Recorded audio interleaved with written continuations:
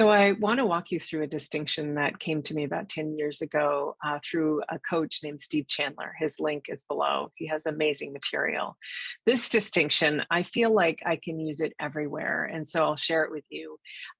Think of this almost in two columns. It's a distinction of two things where we're going to highlight the contrast. So in one area, we have something called expectations. This is the way in which we might be operating in the world, almost like under a trance of, I'm expecting this person to do this thing. I expected that this would happen. In a way, it's the ways in which we almost leave the event outside of us. Well, I expect so-and-so to do this. I expected that to happen, etc. Think in terms of just simple expectations that in a way end up being almost unexpressed, versus in contrast to this area called agreements. So almost think of this again in two columns, but also like two ways of standing. So when we're standing in agreements, agreements are the ways in which we've already had an agreement with another person. Agreements sound a little bit like, is this, I would like X, Y, and Z. Is this something that you can do? Is it something you can agree to? And then we wait. And we wait for the other person to agree. Yes, indeed, that's something I can agree to. Great, so we have an agreement. Agreements are all the things, in my mind, it's all the things that end up on the table. Here are all the issues on the table. This is my thinking on the table. This is the other person's thinking on the table. Everyone gets to see it, and then we get to agree to it.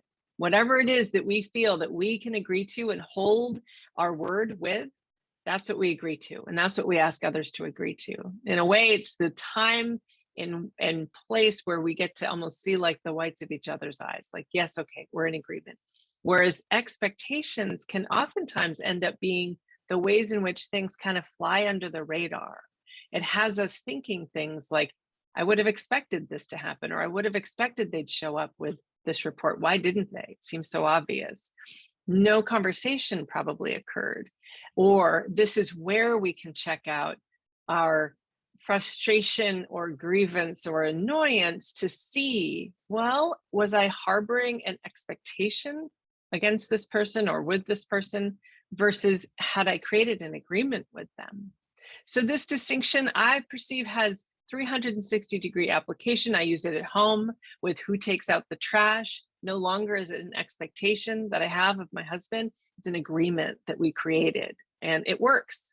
And then there are other agreements, other household things that I take care of. And so no longer do we have that kind of, question or irritation. We all know this is what our agreements are. So I offer that to you. I hope it is helpful to you. Enjoy kicking the tires on it and seeing how it works for you. So after thousands of conversations with executives from all over the planet, pharmaceutical manufacturing to finance, aerospace engineer to large media companies, I've come to learn a few things about this journey we call leadership. So I hope these distinctions and these questions are helpful to you. Please leave a comment below. I'd love to hear what comes forward for you. And until then, keep up all the inspiring work that you do.